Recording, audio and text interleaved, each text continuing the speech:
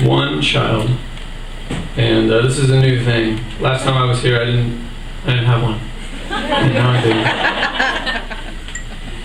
And so if it looks like I used to sleep more, it's true. Actually, I got this band here. I don't know if you guys have heard of this Up band. Anybody have one of these? No one has one of these? It's called an Up band, and it tracks your sleep. It tracks your steps and your sleep.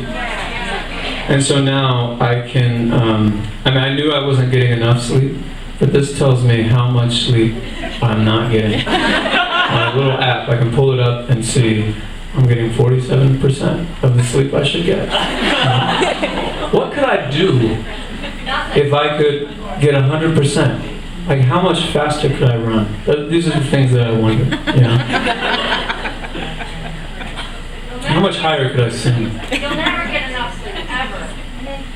Hopeless. You've been listening to my music, haven't you? Right? Not even when they're 50, you'll never get enough, ever. Gosh. Really? Is that true? That's true. This is just the rest of my life. It's not just till they're 18, because then, I'm a child and then I fall with my parents, so Well, you'll never get enough. might as well just get rid of this freaking band. If I would have just met you on my way to the store. But it's, I feel like we're talking the people without kids out of having kids. But you should have them. Or at least, I don't know, I'm basing this off of one.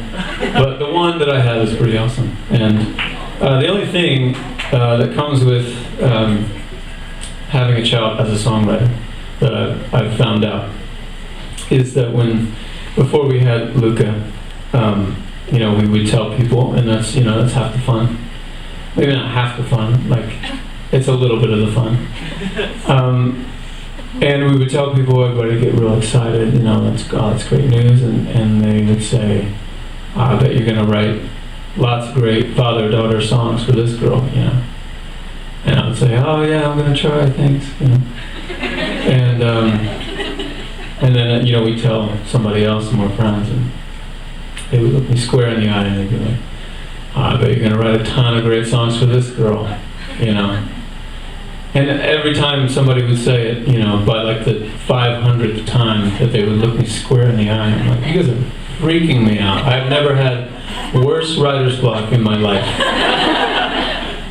And it's like, of course I'm planning on writing a song, but now there's no way I can write a song. And I would sit down in my studio, and I would try to write a song, And I knew I had this new record coming up, and I knew I wanted to release it in September. And so there are like two clocks ticking. One is my wife walking around. She's literally a ticking clock. And then the record, which I would, it's like I can't release a record after my daughter's born, and everybody would be like, well, so no song for your daughter? What's the deal? You guys don't have a great relationship? Or what?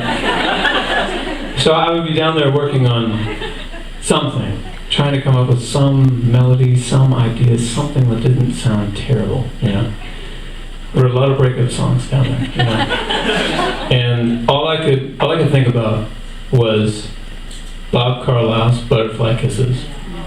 You know that song? Yeah.